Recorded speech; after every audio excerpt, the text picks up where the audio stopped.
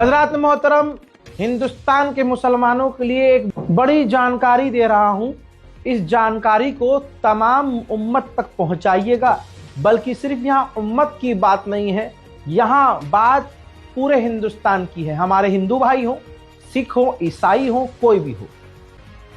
Samsung नाम सुना है ना आपने? आपकी जेब में सैमसंग का फोन है।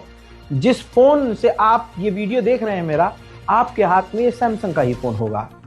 और सारे सैमसंग की बात नहीं कर रहा हूं, सैमसंग के खास 2 या 3 मॉडल हैं। सीरीज आती है ना, एक है ए सीरीज सैमसंग की, इधर देखिए, सैमसंग की ए सीरीज और सैमसंग की एम सीरीज, जो कि बजट फोन होते हैं।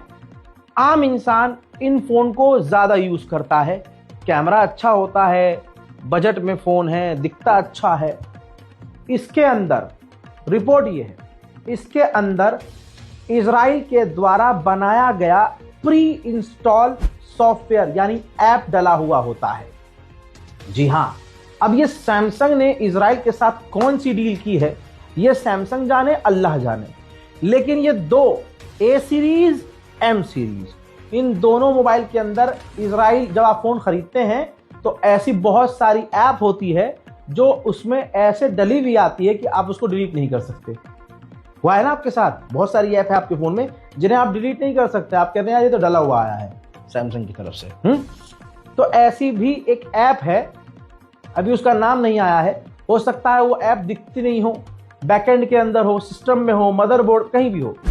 तो कहा जा रहा है कि ए सीरीज और एम सीरीज का जो सैमसंग के डिवाइसेस हैं, उनके अंदर इजराइल के द्वारा डेवलप किया गया ऐप है जिसे आप डिलीट नहीं कर सकते। यह बात सामने आने के बाद यूरोप में तो बवाल खड़ा हो गया है और सैमसंग का विरोध शुरू हो चुका है। अब यह आपके हाथ में है कि आप अपने दूसरे लोगों को समझाइए कि भाई ए सीरीज और एम सीरीज से दूर रहना है।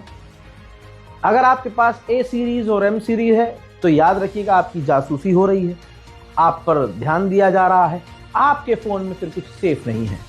ऐसा भी हो सकता है।